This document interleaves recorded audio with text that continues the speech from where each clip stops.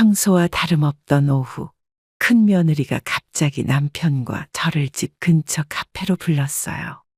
무슨 중요한 이야기인지 궁금했지만 이렇게 공식적인 자리를 마련한 것이 처음이라 내심 긴장됐습니다. 어머님, 아버님. 오늘은 제가 특별히 해드릴 말씀이 있어서 모시게 됐어요. 그래, 무슨 일인데 이렇게 따로 만나자고 했니? 며느리는 테이블 위에 보험 관련 서류를 꺼내놓더니 조심스럽게 입을 열었죠. 사실은 두 분 다 가족력이 있으시고 건강이 좋지 않으시잖아요. 혹시 모를 상황을 대비해 사망보험금 금액을 좀 더 늘리는 게 어떨까 해서요. 그 말을 듣는 순간 얼굴에서 핏기가 싹 가시는 느낌이었어요. 남편과 저는 서로 얼굴을 쳐다보았고 한동안 아무 말도 나오지 않았습니다. 머릿속에서 모든 상황이 하나로 연결되기 시작했어요. 남편의 암 가족력, 저의 건강 상태. 그래서 며느리가 이런 제안을 한 것이로군요. 너는 지금 우리가 돈으로만 보이냐? 어머님, 그런 뜻이 아니고요. 그냥 혹시 두 분께 무슨 일이 생기면 대비를 해야 하잖아요. 저는 깊은 한숨을 내쉬며 말했어요. 혹시 모를 상황이라니. 그 상황이 내가 죽는 걸 말하는 거 아니냐? 마치 너는 내가 죽기라도 바라는 것처럼 느껴지는구나.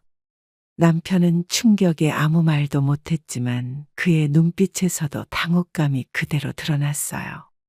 며느리는 변명하려 했지만 더 이상 들을 수 없었죠. 다시 말씀드리지만 저는 두 분을 생각해서 그런 거예요. 요즘 건강이 안 좋으셔서 걱정되기도 하고. 걱정돼서 보험을 더 들자고? 네가 정말 우리를 생각한다면 이런 식으로 말하지 않았을 거야. 카페를 나오면서 마음은 무거웠어요. 아무리 생각해도 며느리의 제안 이면에 숨겨진 계산적인 태도가 느껴졌습니다. 집으로 돌아가는 길, 남편과 나는 무거운 침묵 속에 걸었죠. 어쩌면 우리가 이제는 그저 보험금으로 평가되는 사람이 된 걸까 하는 생각만이 머릿속을 맴돌았습니다. 이런 일이 생기기 전, 몇 년 전으로 거슬러 올라가 보면 큰 며느리가 보험 설계사로 일을 시작했던 때가 있었어요. 처음엔 저도 며느리의 성공을 진심으로 응원했습니다. 어머님, 이번에 좋은 회사에 들어갔어요. 보험 설계사로 일하게 됐네요. 그래? 정말 잘 됐구나. 열심히 해서 성공하길 바란다. 감사합니다. 처음이라 좀 힘들 수도 있을 것 같아요. 아이들 봐주실 수 있으실까요? 처음에는 당연히 도와주는 게 맞다고 생각했죠. 손주들도 귀엽고 며느리가 일을 시작하는 걸 돕고 싶었으니까요. 하지만 시간이 지날수록 상황이 달라졌습니다. 어머님, 이번 주에도 제가 너무 바빠서 애들 좀 부탁드려요. 보험 실적 보고 기간이라 정신이 없네요. 또?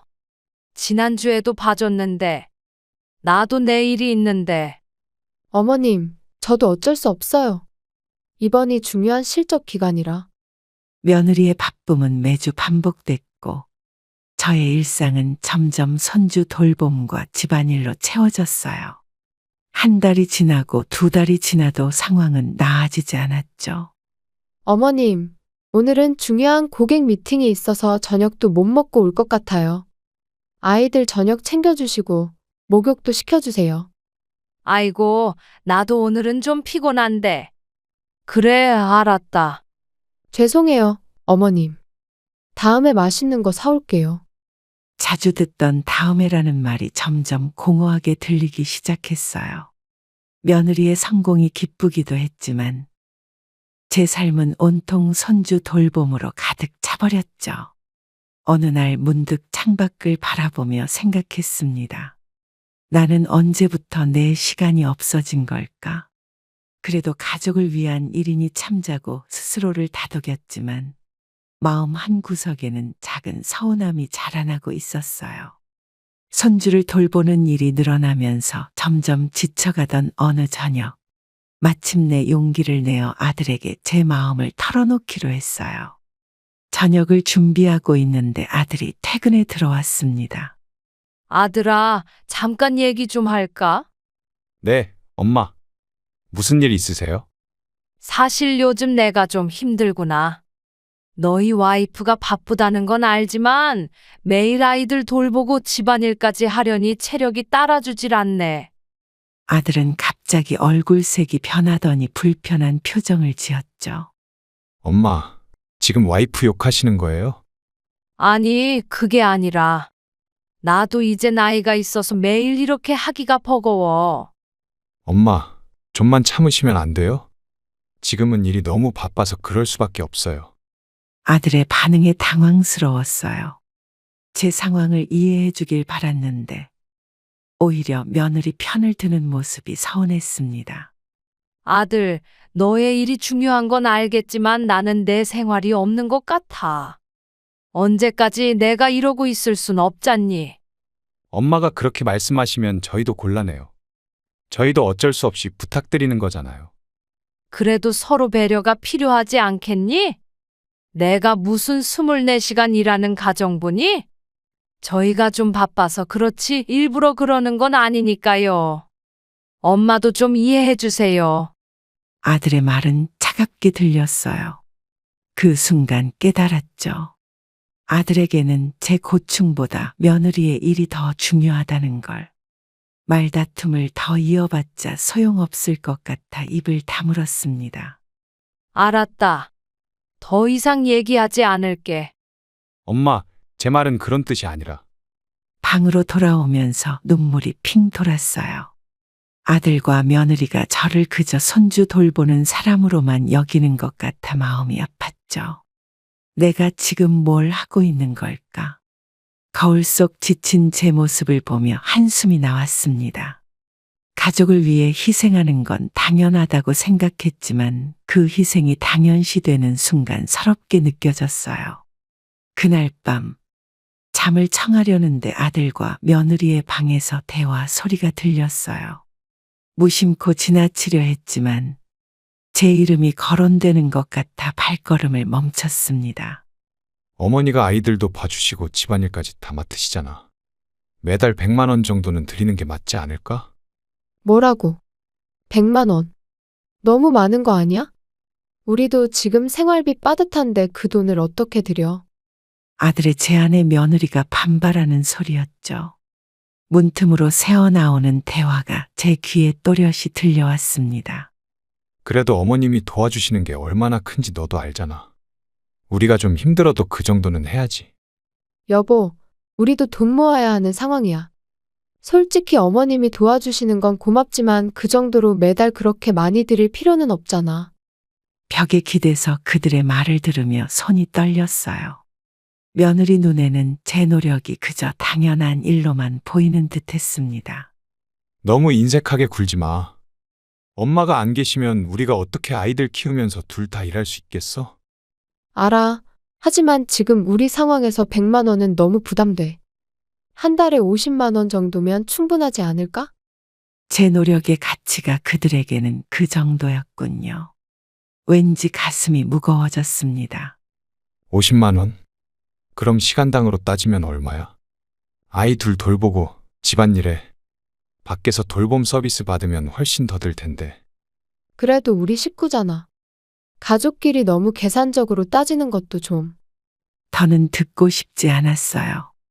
문을 열고 너희들 뭐 하는 거야? 라고 묻고 싶은 마음이 간절했지만 그러면 집안 분위기가 더 어색해질 것 같았죠. 조용히 제 방으로 돌아와 이불을 덮었습니다. 가족이니까 당연하다는 생각으로 봐준 시간들이 갑자기 서러워졌어요. 얼마 후 막내딸 신우가 갑자기 찾아왔어요. 평소와 달리 표정이 어두워 무슨 일이 있는지 물어봤습니다. 엄마, 요즘 너무 힘들어. 카드값이 감당이 안 되네. 카드가 뭐가 그렇게 많이 나왔어? 평소에 돈 관리도 잘하던 애가. 그게 신우는 망설이다가 조심스럽게 말을 꺼냈어요. 머리를 극적이며 낮은 목소리로 고백했죠. 올케 언니가 보험 하나 들으라고 했는데 그게 생각보다 너무 비싸서 매달 내기가 힘들어. 순간 귀를 의심했어요. 큰 며느리가 저도 모르게 딸에게 보험을 팔았다니 어이가 없었습니다. 뭐라고? 언제 그런 일이 있었는데 나한테 말도 안 했니? 처음엔 좋은 상품이라고 해서 거절하기 힘들었어. 그런 얘기 들었으면 나한테 말했어야지. 도대체 얼마짜리 보험을 판 거야? 신우는 가방에서 보험 증서를 꺼내 보여줬어요. 금액을 보고 깜짝 놀랐습니다. 월 납입금이 신우의 월급 중 상당 부분을 차지할 정도였죠. 보험료가 이렇게 비싼 걸 어떻게 감당하려고 했니? 다른 비용은 어떻게 할 생각이었어? 나도 처음엔 별 생각 없이 들었는데 막상 돈이 너무 많이 빠져나가서 한숨이 절로 나왔어요. 며느리가 막내딸을 이용해 실적을 올리려 했다는 생각에 분노가 치밀었습니다. 신우야, 지금이라도 해지하는 게 좋겠다. 위약금은 내가 대신 내줄게. 그래도 올케 언니한테 미안할 것 같아. 왜 네가 미안해? 오히려 걔가 미안해해야지. 가족인데 이런 식으로 실적 올리는 거 말이 되니? 딸의 착한 마음을 악용한 며느리가 원망스러웠어요. 며느리의 행동이 단순히 제게만 영향을 미치는 게 아니라 다른 가족에게까지 손을 뻗친 것을 알게 됐죠. 엄마, 올케 언니한테 직접 얘기하지 마. 더 불편해질 것 같아. 아니, 이건 꼭 짚고 넘어가야 해. 이런 식으로 가족을 이용하는 건 용납할 수 없어. 신우의 만류에도 불구하고 이번만큼은 가만히 있을 수 없었습니다. 이 문제를 며느리와 직접 대면하기로 마음먹었어요. 딸의 어깨를 다독이며 생각했습니다. 이 일은 반드시 해결해야 한다. 다음 날 신우의 보험 문제를 해결하기 위해 며느리를 불러 대화를 나누기로 했어요. 거실 소파에 앉아 차분히 대화를 시작했습니다. 며느라, 내가 오늘 할 얘기가 있어서 불렀어. 네, 어머님. 무슨 일이세요? 너 신우한테 보험 강매했니? 며느리의 얼굴이 순간 굳어졌죠. 눈을 깜빡이며 놀란 표정을 감추지 못했어요. 강매요? 그런 건 아니에요. 제가 좋은 상품이라 생각해서 권한 거지 억지로 한 건 아닙니다. 그런데 왜 나한테는 말도 없이 그랬니? 신우가 얼마나 부담스러워하는지 알아? 신우이가 스스로 좋다고 결정한 거예요. 저는 그저 정보만 알려드렸을 뿐인데. 며느리의 변명이 제 귀에는 그저 핑계로 들렸어요. 목소리를 조금 높이며 따져 물었습니다. 너는 신우이가 힘들어하는 걸 모르고 있었던 거니? 매달 얼마나 많은 돈이 나가는지 알면서도 권했다는 게 말이 되니? 저는 도우려고 한 거예요. 나쁜 의도로 그런 건 아닙니다. 좋은 의도였다면 왜 나한테 상의도 안 했어? 가족이라고 생각해서 보험을 권한 거야? 아니면 실적을 올리려고 한 거야? 며느리는 잠시 말문이 막힌 듯 했어요. 손가락으로 소파 끝을 만지작거리며 변명을 이어갔죠. 정말 몰랐어요. 그렇게 힘들어하는 줄은. 좋은 상품이라 생각해서. 이제부터는 우리 가족한테 보험 권유 같은 거 하지 마. 특히 신우보험은 당장 해지하는 게 좋겠다. 그래도 해지하면 위약금이 좀 나올 텐데. 그건 내가 낼 테니 신경 쓰지 마. 신우한테는 내가 해지한다고 말해줄게. 대화를 마치고 며느리가 나간 후 한동안 거실에 홀로 앉아 생각에 잠겼어요. 서로 마주보며 대화했지만 며느리의 눈빛에서 진심 어린 미안함을 찾기 어려웠습니다. 그저 들킨 것에 당황스러워하는 모습만 보였죠. 이런 며느리와 함께 지내야 한다는 생각에 앞으로의 시간이 막막하게 느껴졌습니다. 시간이 흘러 다시 카페에서 있었던 사망보험금 증액 제한의 날로 돌아가 봤어요. 어머님, 아버님. 우리 집안은 가족력이 있잖아요. 혹시 모를 상황에 대비해서 보험금을 좀 더 올리면 어떨까요? 혹시 모를 상황이라. 그게 무슨 말이니? 만약에 두 분께 무슨 일이 생기면 그때 대비할 수 있게요. 남편은 입을 다물고 있었지만 그의 눈빛에서 불편함이 역력했죠. 저는 며느리의 말을 차분히 듣고 있었어요. 사망보험금을 더 늘리자는 거니? 네, 어머님. 지금 두 분 모두 건강이 예전 같지 않으시니까 미리 준비해두면 좋을 것 같아서요. 그래서 너는 우리가 언제 죽을지 계산하고 있다는 거지? 아니에요. 그런 뜻이 아니라 그냥 혹시 모를 상황에 대비하는 거죠. 며느리의 말에서 진심을 찾기 어려웠어요. 그저 계산적인 눈빛만 보였습니다. 죽음을 대비한다는 명목으로 우리를 보험금으로만 보는 거 아니니? 어머님, 제가 어떻게 그런 생각을. 저는 정말 두 분을 위해서. 남편이 갑자기 입을 열었어요. 나도 좀 불편하네. 나중에 집에 가서 더 얘기해보자. 카페에서 나오며 남편이 제 손을 꼭 잡았어요. 그의 손이 차갑게 느껴졌습니다. 여보, 괜찮아요? 며느리가 한 말이 너무.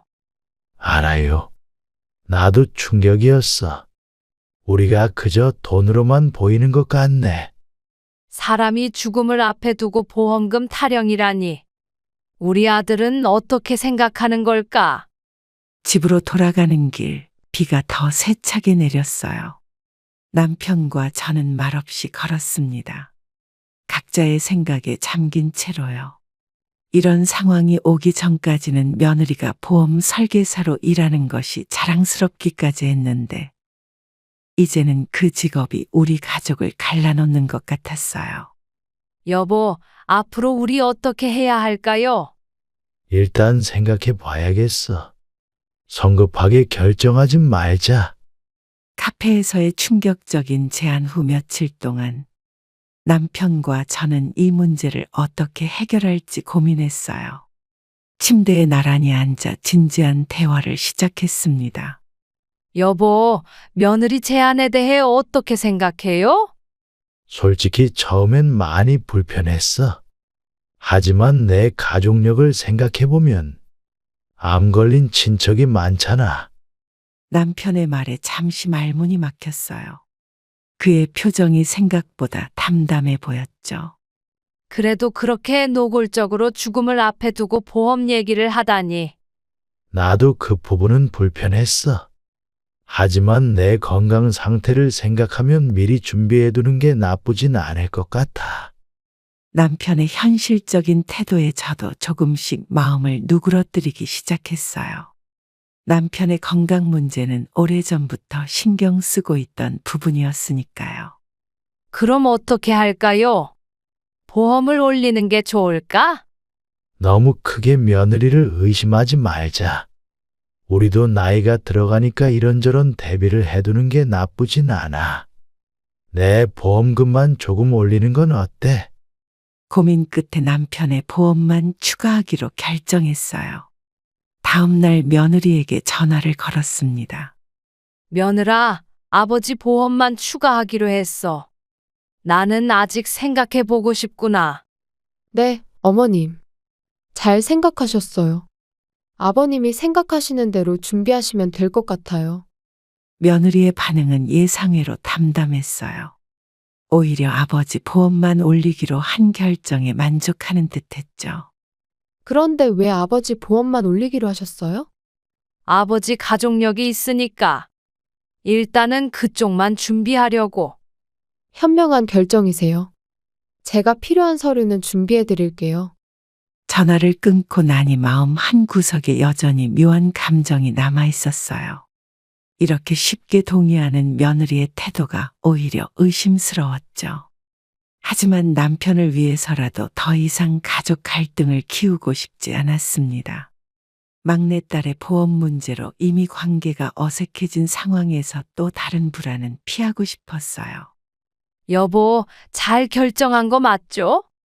그래, 일단 이 정도가 적당한 것 같아. 너무 감정적으로 대응하지 말고 현실적으로 생각하자. 보험 문제가 일단락된 후 시간이 흐르면서 아들과 며느리와의 관계는 점점 소원해졌어요. 이제 그들이 연락하는 때는 손주를 돌봐달라고 부탁할 때뿐이었습니다. 엄마, 이번 주말에 아이들 좀 봐줄 수 있어요? 중요한 미팅이 있어서요. 또? 지난주에도 봐줬는데 내 일정도 있단다. 부탁드려요. 정말 중요한 자리라 다른 사람에게 맡기기는 좀 그래서. 아들의 목소리에는 급박함이 묻어 있었죠. 결국 또 한 번 거절하지 못했어요. 알았어. 그럼 몇 시에 데려올 거니? 토요일 오전 9시에 데려다 드릴게요. 정말 감사합니다, 엄마. 전화를 끊고 나서 깊은 한숨이 나왔습니다. 손주들을 사랑하지만 이렇게 필요할 때만 찾는 아들과 며느리의 태도가 서운했어요. 일주일 후 또다시 전화벨이 울렸습니다. 보이스피싱인가 싶어 망설이다 받았는데 아들 목소리였어요. 엄마, 며칠 동안 집 좀 봐주실 수 있으세요? 저희 출장이 있어서요. 출장? 갑자기? 둘 다 같이. 중요한 건데 어쩔 수 없어요. 이번만 도와주시면 정말 감사하겠습니다. 매번 이번만이란 말이 반복되는 게 지겨웠어요. 그래도 가족이니까 돕고 싶은 마음에 수락했습니다. 알았어. 언제부터 언제까지니? 내일부터 사흘 정도요. 정말 감사합니다, 엄마. 제가 나중에 맛있는 거 사올게요. 수화기 너머로 들리는 나중에라는 말이 공허하게 들렸어요. 이전에도 비슷한 약속들은 많았지만 정작 지켜진 적은 드물었죠. 저녁 식사 후 거실에 앉아 텔레비전을 보고 있는데 문자 메시지가 왔습니다. 며느리였어요. 어머님, 내일 아이들 유치원 가방 좀 챙겨주세요. 간식도 넣어주시고요. 감사합니다. 답장도 하기 전에 또 메시지가 왔습니다. 그리고 세탁기에 빨래도 돌려주시면 감사하겠습니다. 제가 시간이 없어서. 이제는 손주를 돌보는 것뿐만 아니라 집안일까지 당연하게 부탁하는 모습에 가슴이 무거워졌어요. 며느리에게 뭐라고 말하려다가 그만두었습니다. 어차피 말해봤자 서로 감정만 상할 것 같았죠. 그저 알겠다는 답장만 보냈어요.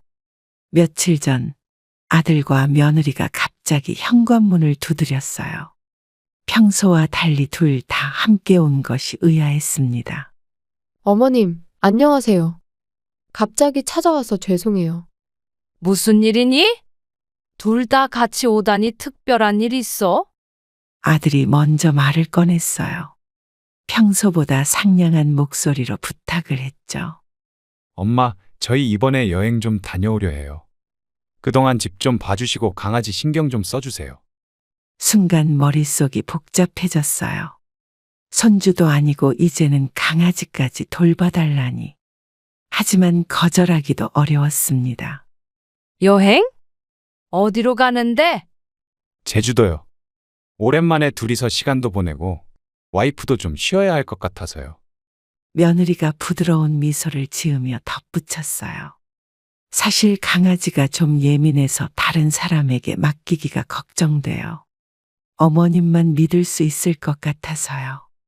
갑작스러운 부탁에 어떻게 대답해야 할지 망설여졌지만 기분 좋게 거절하기도 어려운 상황이었죠. 얼마나 다녀올 건데? 4박 5일 정도요. 사료랑 용품들은 다 준비해 두고 갈게요. 최고급으로요. 그래, 알았어. 내가 봐줄게. 아들이 안도의 표정을 지으며 말했어요. 정말 감사합니다, 엄마. 수고비는 드릴게요. 그 말에 가슴이 살짝 아팠어요. 가족 간의 수고비라니. 마치 남이 된 것 같은 느낌이었죠. 괜찮아. 가족끼리 뭘. 아니에요, 어머님. 당연히 드려야죠. 강아지가 좀 까다로워서 신경 많이 쓰이실 거예요. 이런 대화를 나누는 동안 저는 문득 깨달았어요.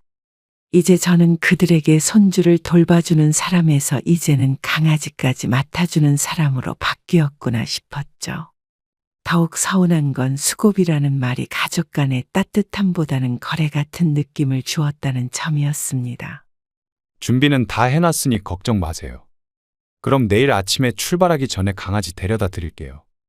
그래, 잘 다녀와. 다음 날 아침, 아들과 며느리가 강아지와 짐을 가지고 왔어요. 현관문을 열자마자 강아지 용품들이 제 눈에 들어왔습니다. 어머님, 여기 코코 사료예요. 이건 특별 수제 간식이고, 이건 물 마시는 그릇이에요. 이렇게 많은 물건이 다 필요하니? 네, 코코가 좀 까다로워서요. 이 담요는 꼭 깔아주셔야 해요. 다른 곳에선 잠을 안 자거든요. 며느리가 설명하는 용품들을 하나하나 살펴보니 모두 고급 브랜드였어요. 강아지 목줄에 달린 태그에는 외국 브랜드 이름이 적혀 있었죠. 이 장난감은 아침에 한 번, 저녁에 한 번 꼭 가지고 놀아줘야 해요. 스트레스 받으면 털이 많이 빠져서요. 알겠어. 잘 챙겨줄게. 그리고 이건 특별한 샴푸인데, 목욕은 안 시켜주셔도 돼요. 저희가 돌아와서 할게요. 용품들을 살펴보는 동안 묘한 감정이 들었어요. 강아지에게는 이렇게 최고급 물건들을 아낌없이 사주면서 저에게는 한 번도 작은 선물 하나 챙겨준 적이 없었죠. 와이프가 강아지 때문에 걱정이 많아서 이것저것 좀 많이 샀어요. 너무 귀찮게 해서 죄송해요, 엄마. 괜찮아. 잘 돌봐줄게. 코코 약도 여기 있어요. 아침 저녁으로 꼭 먹여주세요. 이건 알레르기 때문에 먹는 거라 빼먹으면 안 돼요. 며느리가 약통을 건네며 걱정스러운 표정을 지었어요. 그 모습이 어쩐지 저를 도와줄 때는 한 번도 보지 못한 표정이었습니다. 아, 그리고 어머님. 이건 수고비예요. 많이 귀찮으실 텐데 정말 감사합니다. 아들이 봉투를 내밀었어요. 돈을 받는 것이 불편했지만 거절하면 더 어색해질 것 같아 받았습니다. 그럼 저희 다녀올게요. 잘 부탁드립니다. 둘이 떠나고 난 후 거실 한편에 놓인 강아지 용품들을 다시 살펴봤어요. 수입 사료, 명품 목줄, 특별 제작된 듯한 장난감들. 이 모든 것이 강아지를 위한 거였습니다. 제 방 한쪽에 놓인 낡은 가방이 눈에 들어왔어요. 지난 생일에 신우가 선물한 것 말고는 몇 년간 새 물건 하나 없었죠. 강아지는 이렇게 귀하게 대접받는데 저는 그저 필요할 때만 찾는 존재가 된 듯했어요. 아들과 며느리가 여행을 떠난 지 이틀째 되는 날이었어요. 강아지 코코와 함께 지내는 것은 생각보다 힘들지 않았지만 빡빡한 규칙들을 지키는 게 쉽지만은 않았습니다. 왜 안 먹니? 이렇게 좋은 걸 안 먹고. 강아지는 제가 주는 사료를 잘 먹지 않아 걱정이 됐어요. 그때 휴대폰이 울렸죠. 며느리의 번호였습니다. 여보세요? 어머님, 강아지는 잘 있어요? 사료 잘 챙겨 먹이고 계시죠? 며느리의 첫마디가 제 안부가 아닌 강아지 상태를 묻는 말이어서 살짝 당황했어요. 아, 코코? 응, 잘 있어. 근데 사료를 잘 안 먹네. 아, 그럴 때는 사료 위에 간식을 조금 부숴서 얹어주세요. 그럼 잘 먹을 거예요. 알았어. 그렇게 해볼게. 잠시 침묵이 흐른 후 며느리가 다시 말을 이었어요. 그리고 약은 잘 먹었어요? 아침, 저녁으로 꼭 먹여야 해요. 그래, 약도 제때 잘 먹이고 있어. 다행이네요. 코코가 예민해서 걱정했거든요. 어머님 말고는 다른 사람한테 잘 안 따라서요. 통화 내내 며느리는 강아지 상태만 물어봤고 제 안부는 한 번도 묻지 않았죠. 마치 강아지 돌보미에게 확인 전화를 하는 듯한 느낌이었어요. 여행은 잘하고 있니? 네, 날씨도 좋고 구경할 것도 많아서 재밌게 잘 보내고 있어요. 그래, 잘 다녀와. 걱정 말고 즐겁게 놀다 와. 네, 알겠습니다. 그럼 강아지 잘 부탁드려요. 나중에 또 전화드릴게요. 전화를 끊고 나니 마음이 무거워졌어요. 며느리는 강아지 걱정만 할 뿐, 제가 어떻게 지내는지 불편한 건 없는지 전혀 신경 쓰지 않았죠. 딱 한 번이라도 어머님 괜찮으세요? 라고 물어봤다면 기분이 달랐을 텐데 어르신들 다 이런 서운함 겪나. 혼잣말을 하며 한숨을 내쉬었죠. 이제 저는 그들에게 그저 필요할 때만 부르는 존재가 된 것 같았어요. 강아지를 위해 이것저것 챙기면서도 정작 그들은 저를 챙기지 않았습니다. 거실 소파에 앉아 강아지를 바라보며 쓸쓸한 웃음이 나왔어요. 코코야, 네가 사람이라면 할머니한테 안부라도 물어봐 주겠지. 아들과 며느리가 여행에서 돌아오기로 한 날 갑작스러운 위기가 찾아왔어요. 평범하게 아침을 준비하던 중 거실에서 이상한 소리가 들렸습니다. 여보, 괜찮아요? 대답이 없어 급히 거실로 나가보니 남편이 바닥에 쓰러져 있었어요. 심장이 멎는 것 같은 충격이 밀려왔죠. 여보, 정신 차려요. 남편의 얼굴은 창백했고 입에서는 작은 신음소리만 나왔어요. 떨리는 손으로 휴대폰을 집어 119에 전화했습니다. 제 남편이 갑자기 쓰러졌어요. 빨리 와주세요. 주소가 어떻게 되시나요? 환자분의 상태를 말씀해 주세요. 남편이 의식이 없고 숨은 쉬는데 제발 빨리요. 전화를 끊고 남편 옆에 무릎을 꿇고 앉았어요. 손을 잡아보니 차갑게 식어 있었죠. 이런 상황이 온 적이 없어서 무엇을 해야 할지 몰라 그저 남편의 이름을 부르며 정신을 차리게 하려고 애썼습니다. 여보, 제발 눈 좀 떠봐요. 구급차가 도착하기까지 시간이 너무 길게 느껴졌어요. 창밖으로 사이렌 소리가 들리자 안도감과 두려움이 동시에 밀려왔습니다. 환자분 상태가 어떻게 되셨나요? 아침에 갑자기 쓰러졌어요. 아무 말도 못하고. 혈압이 많이 불안정하네요. 빨리 병원으로 이송해야겠습니다. 남편을 구급차에 태우고 병원으로 향하는 동안 저는 아들에게 전화를 걸었어요. 아들아, 아버지가 병원에 실려갔어. 갑자기 쓰러져서. 네? 갑자기요? 어디로 가시는데요? 지금 세브란스 응급실로 간대. 나도 지금 따라가는 중이야. 알겠습니다. 일 끝나고 바로 갈게요. 아들의 반응이 생각보다 담담해서 잠시 당황했어요. 급한 상황이라 더 이상 설명할 여유가 없었지만 그의 목소리에서 큰 동요를 느끼지 못했죠. 병원에 도착하자마자 남편은 곧바로 검사실로 이송됐고 저는 접수실에서 서류를 작성했습니다. 의사가 급히 다가와 말했어요. 뇌출혈 증상이 보입니다. 지금 바로 수술이 필요해요.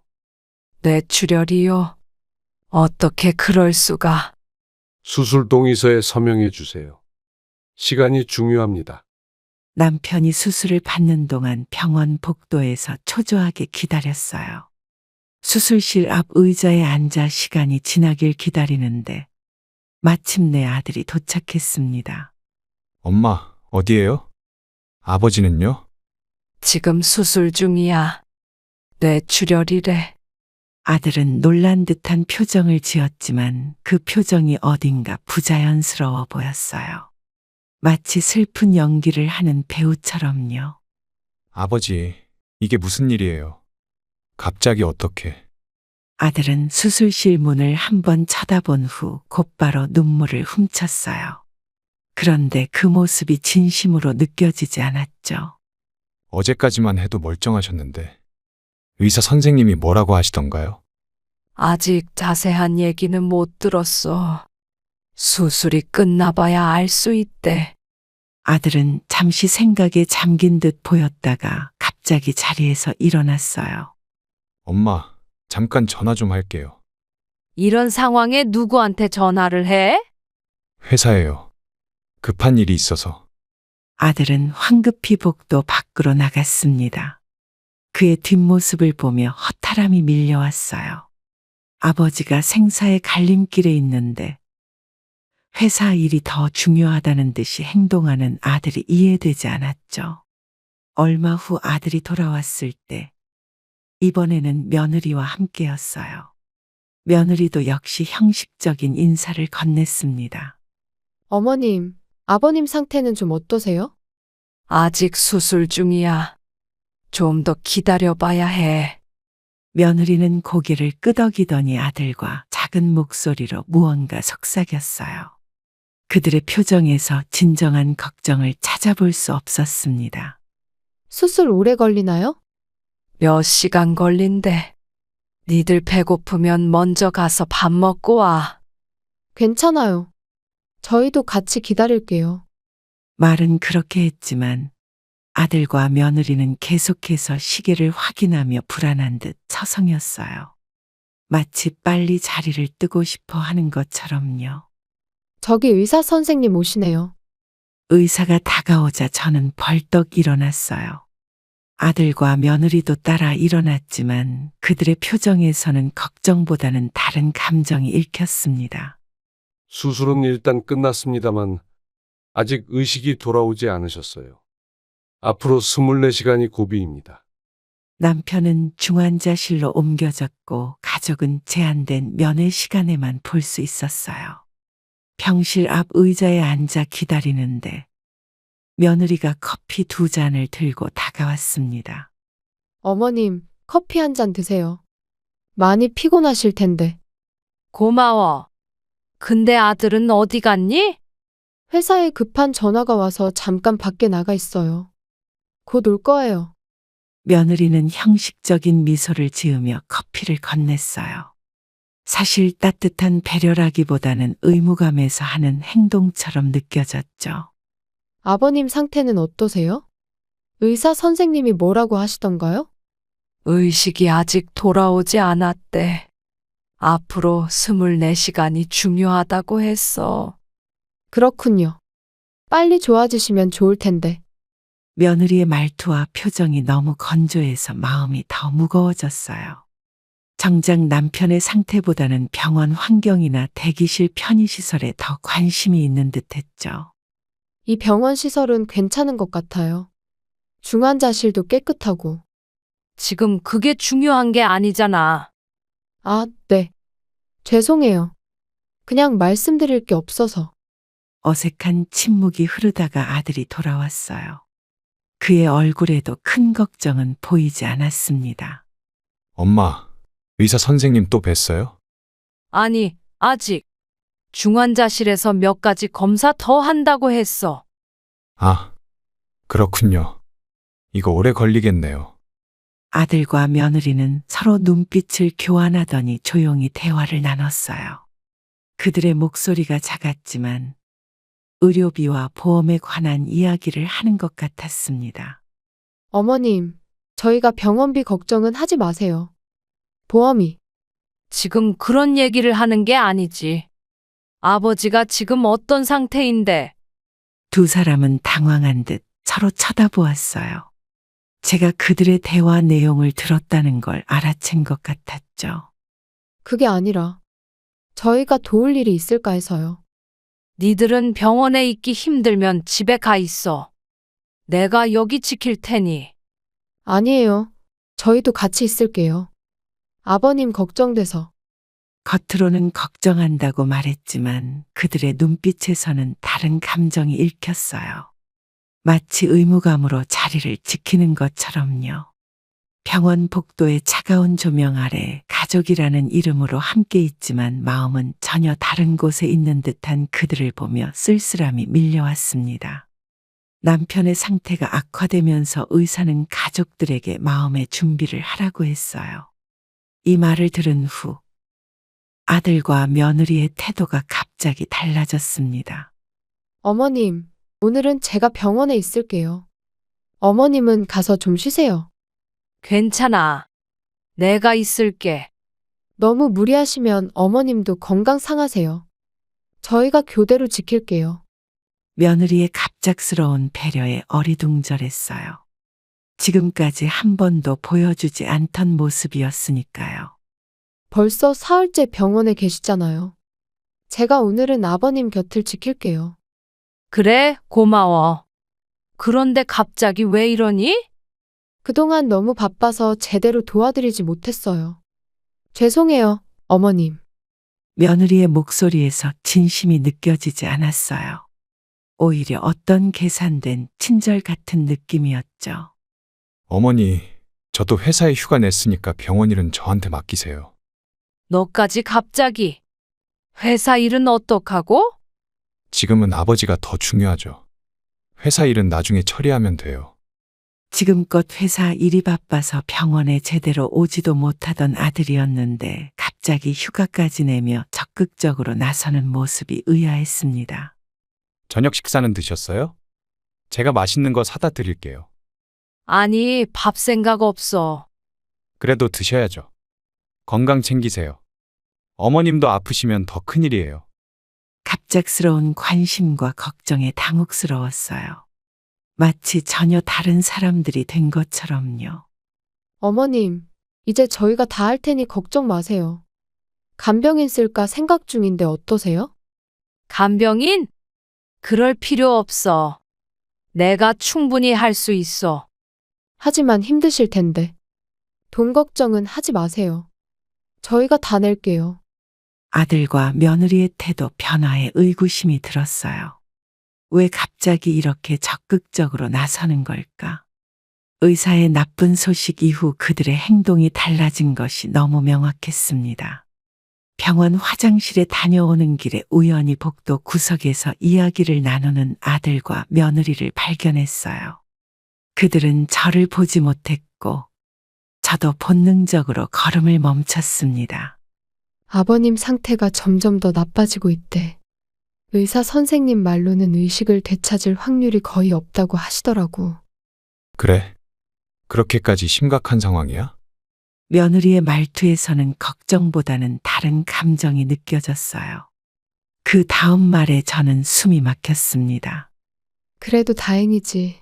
아버님 보험금을 올렸잖아. 그래서 예상보다 더 많이 받을 거야. 순간 온몸에 소름이 돋았어요.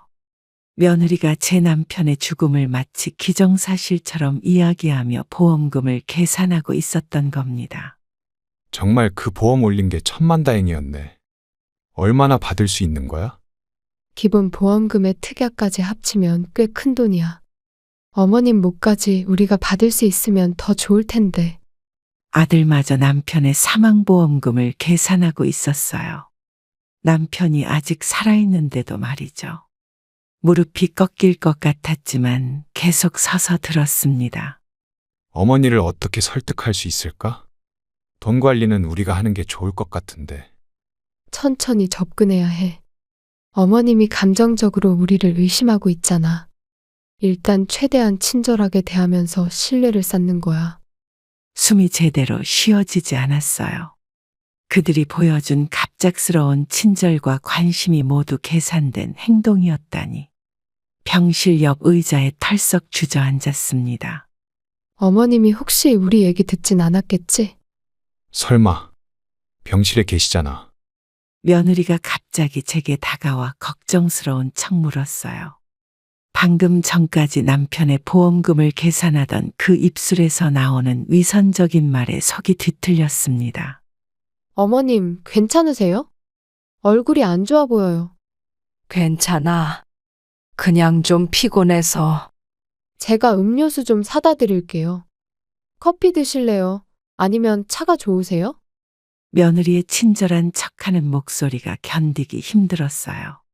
아들도 다가와 걱정스러운 표정을 지었지만 그 눈빛 속에는 진심이 없었죠. 엄마, 정말 집에 가서 쉬세요. 저희가 아버지 잘 볼게요. 아들 내외의 대화를 엿들은 후 저는 병실에서 남편 곁을 지키며 마음을 추스르려 했어요. 화장실에 다녀오는 길에 아들이 병실 밖에서 통화하는 소리가 들렸습니다. 상황이 좀 안 좋아. 아버지가 의식이 돌아올 가능성이 거의 없대.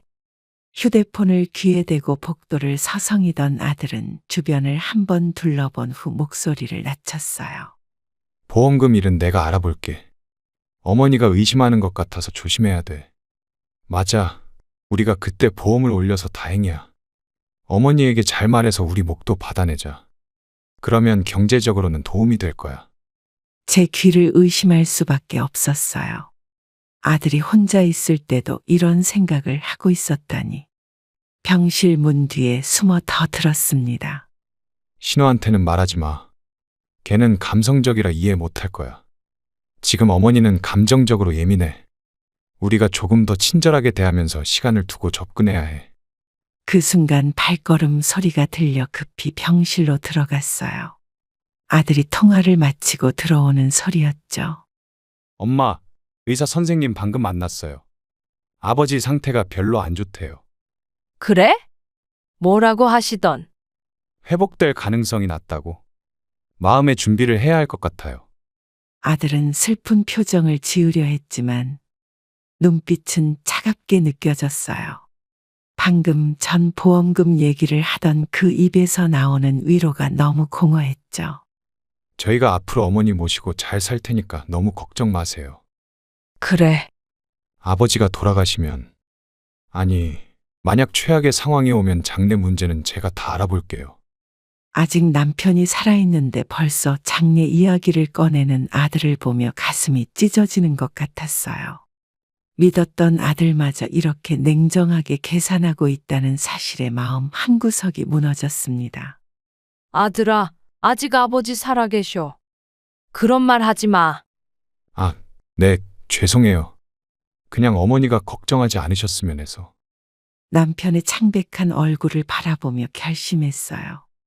내가 이 사람들에게 더 이상 기대하지 말아야겠구나.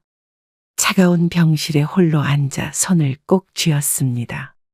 결국 남편은 의식을 되찾지 못한 채 일주일 후 세상을 떠났습니다.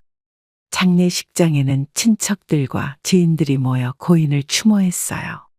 빈소에 앉아 조문객들을 맞이하는 동안 머릿속은 복잡했습니다. 어머님, 음식 좀 드셔야 해요. 아침부터 아무것도 안 드셨잖아요. 괜찮아. 입맛이 없어. 그래도 조금은 드셔야죠. 쓰러지시면 어떡해요? 며느리의 걱정 어린 목소리에 공허함만 느껴졌어요. 장례 준비부터 아들과 며느리는 적극적으로 나섰고 모든 절차를 주도했죠. 겉으로는 효심이 가득한 모습이었습니다. 어머님, 아버님 유품은 어떻게 정리할까요? 저희가 도와드릴게요. 아직 그런 얘기 할 때가 아니잖아. 장례 먼저 치르고 생각하자. 네, 그러시죠. 근데 보험금 청구는 빨리 해야 할 것 같아요. 절차가 좀 복잡해서.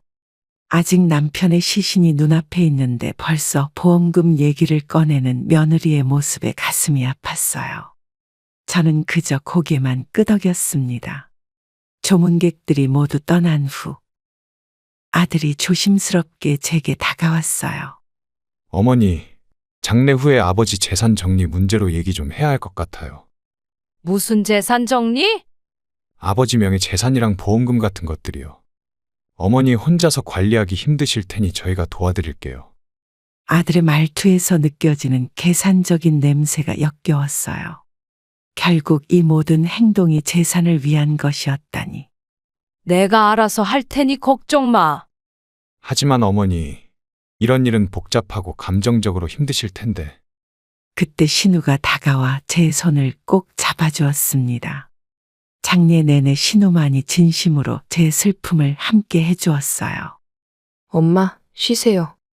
제가 모시고 있을게요. 고마워, 딸. 장례를 마치고 집으로 돌아오는 길, 아들은 계속해서 재산 문제를 언급했어요. 이제는 가면을 벗은 듯 했죠. 어머니, 아버지 유산 정리는 어떻게 하실 거예요? 저희가 도와드릴게요. 무슨 말이 그렇게 많니? 나도 아직 정신이 없어서 생각할 겨를이 없어. 그래도 빨리 정리하는 게 좋을 것 같아서요. 보험금이랑 통장 정리도 해야 하고. 그 순간 이제는 더 이상 속지 않겠다고 마음먹었어요. 자식이라는 이름으로 제 마음을 어린 사람들에게 더는 제 재산을 맡길 수 없었습니다. 장례식 후 일주일이 지나고 아들과 며느리가 제 집으로 찾아왔어요. 검은 옷을 입은 그들의 표정에서 슬픔보다는 다른 감정이 느껴졌습니다. 어머님, 오늘은 아버님 재산 문제로 정리할 게 있어서 왔어요. 그래? 나도 할 말이 있어. 유산 정리는 빨리 하는 게 좋을 것 같아서요. 법적으로도 그렇고. 아들의 말에 저는 깊은 숨을 들이쉬었어요. 그동안 제가 본 것들, 들은 것들이 머릿속을 스쳐 지나갔죠. 너희에게 1원도 줄 수 없다. 내가 죽더라도 너희에게 물려줄 재산은 없을 거야. 모든 재산은 막내 딸에게 갈 것이다. 순간 방 안에 공기가 얼어붙는 것 같았어요. 아들과 며느리의 얼굴이 일순간 굳어졌습니다. 엄마, 그게 무슨 말씀이에요? 우리가 뭘 잘못했길래 이렇게 나올 수 있나요? 너희가 아버지가 쓰러졌을 때 그리고 그 후에 했던 행동들을 내가 다 지켜봤다. 너희가 남편의 죽음을 바라며 사망보험금 얘기를 하는 걸 들었어. 며느리가 당황한 기색으로 끼어들었어요. 얼굴이 창백해져 있었습니다. 어머님, 저희가 그랬다고 너무 심하게 생각하시는 거 아니에요? 그동안 저희도 힘들었고 유산을 나눠받는 게 당연한 거 아닌가요? 당연하다고? 당연한 건 없어. 너희가 보여준 행동이 이런 결과를 가져온 거야. 아들은 의자에서 벌떡 일어나 격앙된 목소리로 말했어요. 엄마, 그래도 우리가 가족이잖아요. 막내한테 다 준다는 게 말이 돼요? 법적으로도 문제가 될 수 있어요. 가족이었기에 너희가 보여준 모습이 더 실망스러웠다. 너희가 진정으로 가족을 생각했다면 지금 이런 얘기를 하지 않았겠지. 아들과 며느리는 서로를 바라보며 할 말을 잃은 듯했어요. 그들의 계획이 물거품이 된 것을 깨달았는지 안절부절 못하는 모습이었죠. 어머님, 다시 생각해 보세요. 저희도 아버님 장례까지 잘 치렀는데. 그건 너희의 의무였을 뿐이야. 나는 이미 결정했어. 아들이 마지막으로 애원하듯 말했어요. 그의 눈에는 분노와 당혹감이 뒤섞여 있었습니다. 엄마, 이건 너무 하시는 거예요. 우리도 아버님의 자식이고 어머님의 아들인데. 그래, 너는 내 아들이야. 하지만 내 마음은 이미 정했다. 더 할 말 없으면 돌아가거라. 남편의 사망보험금이 입금된 다음 날 신우를 만나기로 했어요. 카페에서 기다리고 있는데 신우가 약속 시간보다 일찍 도착했습니다. 엄마, 오래 기다리셨어요? 버스가 빨리 와서 일찍 도착했네요. 아니, 나도 방금 왔어. 많이 지쳐 보이는구나. 아버지 장례식 치르고 정리하느라 좀 바빴어요. 엄마는 괜찮으세요? 신우의 눈빛에는 진심 어린 걱정이 담겨 있었어요.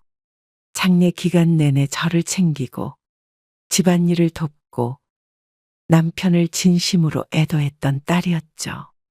신우야, 오늘 특별히 너 만나자고 한 이유가 있어. 무슨 일 있으세요? 이건 아버지 사망보험금의 일부야. 너에게 주고 싶다. 그동안 고생 많이 했으니까 이건 내 몫이야. 봉투를 신우에게 건네자 그녀는 놀란 표정을 지으며 손사래를 쳤어요. 엄마, 저 그런 거 필요 없어요. 그냥 엄마가 잘 지내셨으면 좋겠어요. 이건 엄마의 고마움이야. 내가 있어서 내가 이 모든 걸 버틸 수 있었다. 너 없었으면 엄마는 여기까지 오지도 못했을 거야. 그러니까 받아줘. 신우의 눈에 눈물이 고였어요. 그녀는 망설이다가 조심스럽게 봉투를 받아들었습니다. 정말 감사해요, 엄마. 그냥 제가 해야 할 일을 한 것뿐인데. 아니야. 오빠와 형수는 보험금 얘기만 했지만 너는 진심으로 아버지와 나를 걱정했잖아. 그 마음이 너무 고마웠어. 신우는 제 손을 꼭 잡으며 울컥했어요. 가족 중 유일하게 그녀만이 진정한 딸의 모습을 보여주었죠. 요즘 오빠가 엄마한테 자주 연락하던데. 괜찮으세요? 아마 유산 문제 때문일 거야. 걱정 마. 엄마가 다 해결할게. 필요하시면 언제든 말씀하세요. 제가 도울게요. 맞은편에 앉은 신우를 바라보며 가슴이 따뜻해졌어요. 이런 딸이 있다는 것만으로도 큰 위안이 되었습니다. 아버지도 분명 신우를 자랑스러워 하실 거야. 가족을 진심으로 생각하는 너의 마음씨를? 아버지 생각하면 아직도 너무 슬퍼요. 근데 엄마는 앞으로 어떻게 지내실 계획이세요? 아들과 며느리에게 유산을 물려주지 않겠다고 선언한 후 짐을 챙겨 고향 시골로 내려가기로 결심했어요. 작은 이불 보따리에 필요한 물건들만 담아 기차역으로 향했습니다. 어머님, 어디 가시는 거예요? 갑자기 왜 이러세요? 문 앞에서 기다리고 있던 며느리가 당황한 목소리로 물었어요. 제 손에 든 가방을 보며 놀란 표정이었죠. 이제 시골에 내려가서 살 거야? 갑자기요? 남편이랑 상의는 하셨어요? 상의할 필요 없어. 내 인생이니까. 며느리는 급히 전화기를 꺼내 아들에게 전화를 걸었어요. 저는 그녀의 말에 더 이상 귀 기울이지 않고 현관을 나섰습니다. 역에 도착하자마자 아들이 헐레벌떡 달려왔어요. 얼굴에는 당혹감이 가득했죠. 엄마, 도대체 무슨 생각이세요? 갑자기 시골로 간다니요? 내가 편하게 살고 싶은 곳에서 살 뿐이야. 내 인생 마지막 시간은 내가 원하는 대로 보내고 싶구나. 하지만 어머니 혼자 시골에서 어떻게 지내실 거예요? 건강도 안 좋으신데. 아들의 말에 쓴웃음이 나왔어요. 그동안 내 건강은 관심도 없더니 이제 와서 걱정인 척하다니. 걱정 마. 내 아버지 사망보험금으로 작은 집 하나 구했어. 신우가 자주 찾아오기로 했고. 아들은 잠시 말을 잃었다가 다시 설득을 시도했어요. 엄마, 우리가 뭐 잘못한 거 있으면 말씀해 주세요. 이렇게 갑자기 가시면 저희는 어떻게 해요? 니들은 이제 어른이잖아. 충분히 잘 살 수 있을 거야. 기차가 들어오는 소리가 들렸어요. 저는 의자에서 일어나 짐을 들었습니다. 아들아, 미워서 떠나는 게 아니야. 그저 내 인생을 찾고 싶을 뿐이야? 그래도 엄마, 이제는 나한테도 새로운 시작이 필요해. 가끔 연락할게. 기차에 오르며 뒤돌아봤어요. 아들은 플랫폼에 그대로 서 있었죠. 그의 표정에는 아직도 믿기지 않는다는 기색이 역력했어요. 시골 마을에 도착하니 저를 반겨주는 건 작은 정원이 딸린 소박한 집이었습니다. 고요한 시골 풍경을 바라보며 깊은 숨을 들이마셨어요. 이제야 진정한 평화를 느끼는 것 같았습니다. 가족이란 이름으로 묶여 있다고 해서 무조건 서로를 이해하고 사랑한다는 보장은 없습니다. 때로는 가장 가까운 사람들이 가장 큰 상처를 주기도 하죠. 자식에게 기대어 살기보다 스스로의 행복을 찾는 것이 중요합니다. 삶의 마지막 장을 시작하는 지금, 저는 배웠습니다. 자신을 괴롭히는 존재들과 거리를 두는 것이 필요하다는 것을. 그 존재가 설령 가족일지라도 말이에요.